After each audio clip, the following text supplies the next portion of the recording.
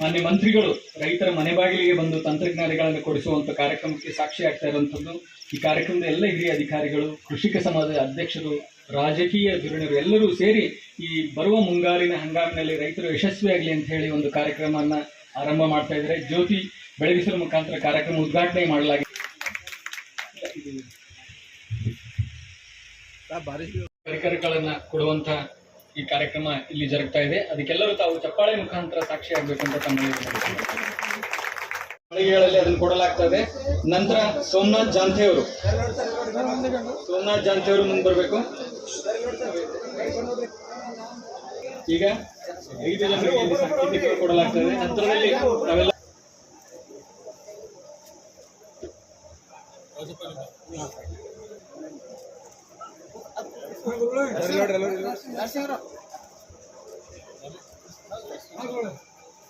ನನ್ನ ಶರಣಾರ್ಥಿಗಳು.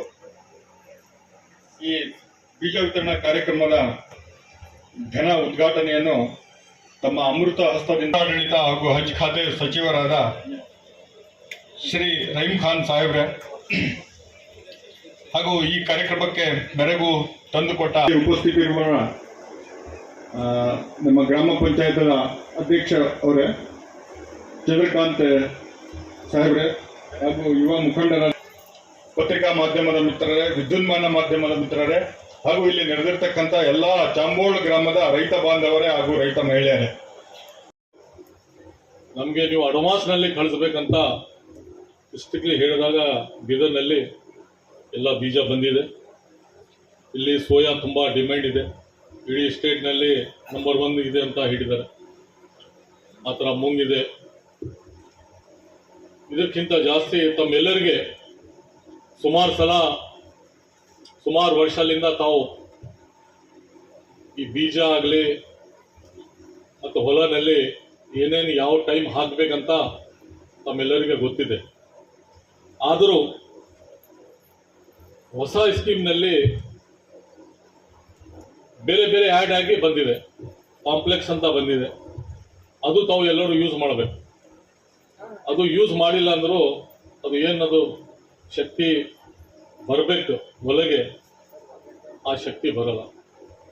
ಮತ್ತು ಈ ಸರ್ಕಾರನಲ್ಲಿ, ನಮ್ಮ ಸರ್ಕಾರನಲ್ಲಿ ಮುಖ್ಯಮಂತ್ರಿ ಸಿದ್ದರಾಮಯ್ಯ ಸಾಹೇಬರು, ಅಗ್ರಿಕಲ್ಚರ್ ಮಿನಿಸ್ಟರ್ ಮತ್ತು ಎಲ್ಲರೂ ಮಿನಿಸ್ಟರ್ ಇಲ್ಲ, ಈ ಸಲ ರೈತರಿಗೆ ಮತ್ತೆ ಕೃಷಿ ಭಾಗ್ಯ ಸ್ಕೀಮ್ ಕಂಟಿನ್ಯೂ ಮಾಡಬೇಕು. 2 ವರ್ಷದಿಂದ ಅದು ಸ್ಟಾಪ್ ಆಗಿತ್ತು.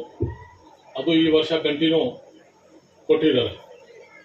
ಆ ಥರ ಇನ್ನೂ ಒಂದು ಸ್ಕೀಮ್ನಲ್ಲಿ ಆರ್ಗ್ಯಾನಿಕ್ DPT ಅಂತ, ಅದರಲ್ಲಿ ನೀವು ಡೈರೆಕ್ಟ್ ನೀವು ತಗೋಬಹುದು. ಸುಮಾರು ಸ್ಕೀಮ್ನಲ್ಲಿ ಬೇರೆ ರೀತಿಯಿಂದ ಸರ್ಕಾರದಿಂದ ತಮ್ಮೆಲ್ಲರಿಗೆ ಸಪೋರ್ಟ್ ಇದೆ. ಮತ್ತು ಎಸ್ಪೆಷಲಿ ಬೀದರ್ನಲ್ಲಿ ತಮಗೆ ಯಾವ್ಯಾವ ಬೀಜ ಆಗಲಿ ಬೇರೆ ಸ್ಕೀಮ್ಸ್ನಲ್ಲಿ ಏನೇನು ತಾವು ಹೇಳ್ತೀರಿ 100% ನಾನು ಮಾಡ್ತೀನಿ ಅಂತ ತಮ್ಮೆಲ್ಲರಿಗೂ ಹೇಳ್ತೇನೆ. ಜೊತೆ 23 ಹೆಚ್ಚುವರಿ ಮಾರಾಟ ಕೇಂದ್ರಗಳನ್ನು ನಾವು ರೈತರ ಅನುಕೂಲಕ್ಕಾಗಿ ತೆಗೆದಿದ್ದೀವಿ. ಯಾಕಂದ್ರೆ ಮಳೆ ಬಂದಾಗ ಒಂದೇ ಸಾರಿ ಬರುತ್ತೆ, ರೈತರು ಒಂದೇ ಸಾರಿ ರಶ್ ಆಗಬಾರ್ದು ಅನ್ನೋ ಉದ್ದೇಶದಿಂದ ನಾವು ಹೆಚ್ಚುವರಿ ಕೇಂದ್ರಗಳನ್ನು ಮಾಡಿದ್ದೀವಿ. ರೈತರು ತಾವೆಲ್ಲರೂ ಇದಕ್ಕೆ ಸಹಕಾರ ಕೊಡಬೇಕು.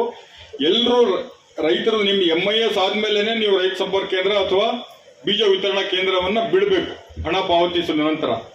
ಈಗ ಬಹಳ ರಿಯಾಯಿತಿ ದರದಲ್ಲಿ, ಈಗ ಅದು ಬೀದರ್ ಜಿಲ್ಲೆ ರೈತ ಹೆಚ್ಚುವರಿ ಕೇಂದ್ರಗಳಾದರೆ ನಾವು ಇಡೀ ಜಿಲ್ಲೆಯಲ್ಲಿ 115 ಹೆಚ್ಚುವರಿ ಕೇಂದ್ರಗಳನ್ನು ಮಾಡಿದ್ದೀವಿ. 30 ರೈತ ಸಂಪರ್ಕ ಕೇಂದ್ರಗಳನ್ನು ಅಲ್ಲದೇನೆ.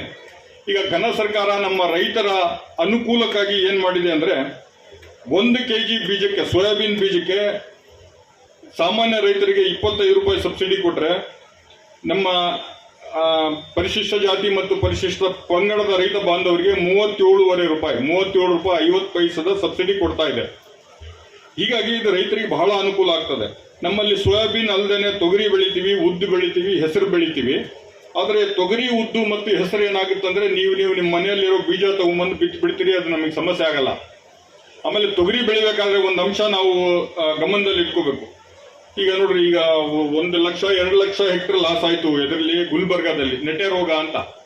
ಆ ಸಮಸ್ಯೆ ನಮ್ಮಲ್ಲಿಲ್ಲ. ಯಾಕಂದ್ರೆ ನಾವು BSMR 736 ಅನ್ನೋ ಒಂದು ಹಳೆಯ ವೆರೈಟಿನ ನಾವು ಬೆಳೀತಾ ಇದೀವಿ. ಅದು ಬಹಳ ಚೆನ್ನಾಗಿದೆ. ಅದ್ರ ಜೊತೆ GRG 811 ಅಂತ ಇನ್ನೊಂದು ವೆರೈಟಿ ಇದೆ, ಅದನ್ನ ಬೆಳಿಬೇಕು. ಯಾವುದೇ ಕಾರಣಕ್ಕೂ ನಾವು GRG 152 ಅಂತಿದೆ ಆ ಬೆಳೆನ, ತೊಗರಿ ಬೆಳೆಯಲ್ಲಿ ಆ ಬೀಜ ತರಲೂಬಾರ್ದು. ನೀವು ಹೊರಗಡೆ ಅಂಗಡಿಗಳಲ್ಲಿ ತರಲೂಬಾರ್ದು, ಬಿತ್ತಲೂಬಾರ್ದು, ಬೆಳಿಲೂಬಾರ್ದು. GRG 152 ಇದೊಂದು ಗಮನದಲ್ಲಿ ಇಟ್ಕೋಬೇಕು.